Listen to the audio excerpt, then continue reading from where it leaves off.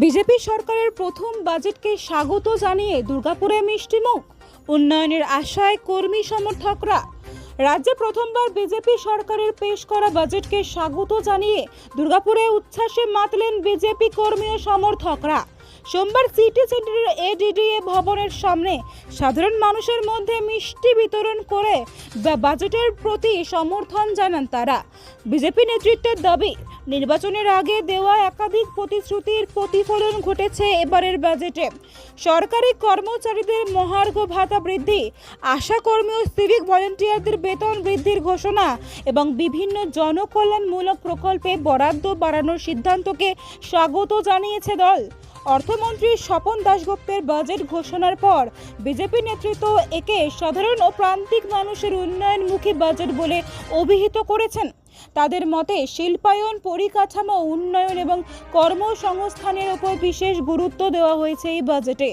দলীয় নেতাদের বক্তব্য, দুর্গাপুরে মেডিকেল হাব গড়ে তোলা, ইন্ডাস্ট্রিয়াল করিডোর নির্মাণ এবং ভবিষ্যতে মেট্রো পরিষেবা চালুর মতো পরিকল্পনা বাস্তবায়িত হলে শিল্পাঞ্চলের অর্থনৈতিক উন্নয়ন আরও ত্বরান্বিত হবে।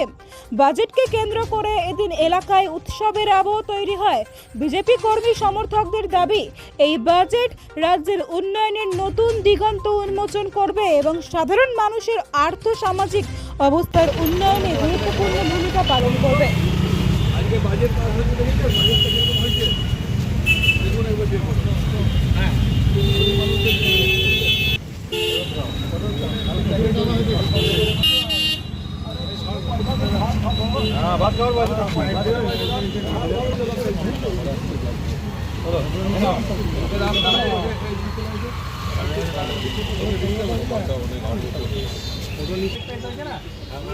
ভালো বাজেট পেয়ে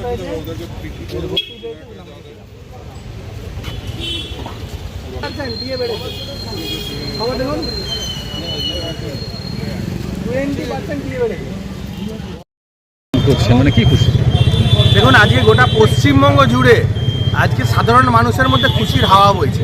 কারণ গোটা দুর্গাপুর, পশ্চিমবঙ্গের মানুষ আজকে যে উপহার পেয়েছে সরকারের কাছ থেকে, সেটা গোটা পশ্চিমবঙ্গের মানুষ একটা খুশির হাওয়া তাদের মধ্যে বয়ে যাচ্ছে।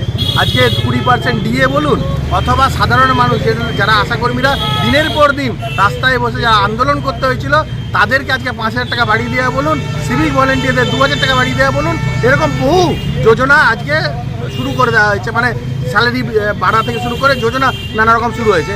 এছাড়াও দুর্গাপুরের জন্য, এই জেলার জন্য মেডিকেল কলেজ বানানোর কথা বলা হয়েছে। মেট্রো যে জাল বেছানো হবে, কলকাতায় মানুষ দেখেছিল, এখন দুর্গাপুর, আসানসোলেও এই মেট্রো ছুটবে আগামী দিনে, তার পরিকল্পনা করা হয়েছে।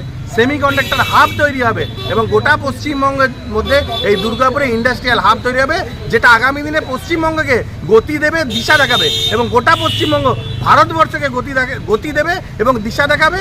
এবং এই পশ্চিমবঙ্গ বিশ্বের সবাই গুরুর আসন লাভ করবে, যেটা আমাদের স্বপ্ন ছিল, এবং সোনার বাংলা তৈরি হবে, তার লক্ষ্যে আজকে এগিয়ে যাচ্ছে।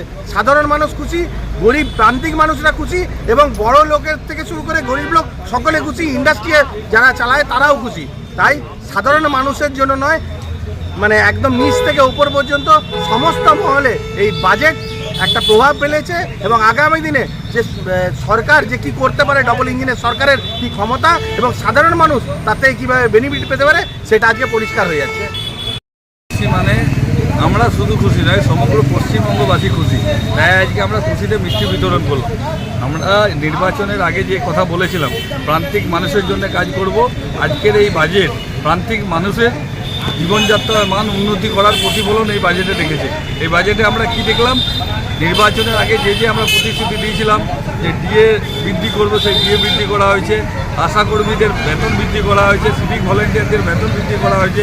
তাছাড়াও ডবল ইঞ্জিনের সরকারের কাজ কিভাবে হয়, 34 এবং 49 বছরের, অর্থাৎ 34 এবং 15, 49 বছরের মাথায় প্রথম পশ্চিমবঙ্গবাসী এত সুন্দর বাজেট পেল, যে বাজেটে 8 থেকে 80 সমস্ত ধরনের মানুষের জন্য চিন্তাভাবনা করা হয়েছে। এই বাজেট দুর্গাপুরে সেমিকন্ডাক্টরের কথা বলেছে, দুর্গাপুরে মেডিকেল হাবের কথা বলা হয়েছে, তথা টাটার যে বিষয় আছে, টাটা পশ্চিমবঙ্গ থেকে বেড়ে গেছিলো, কিন্তু সেই টাটাই এবার পশ্চিমবঙ্গে আসবে, মাননীয় মুখ্যমন্ত্রী বলেছিল।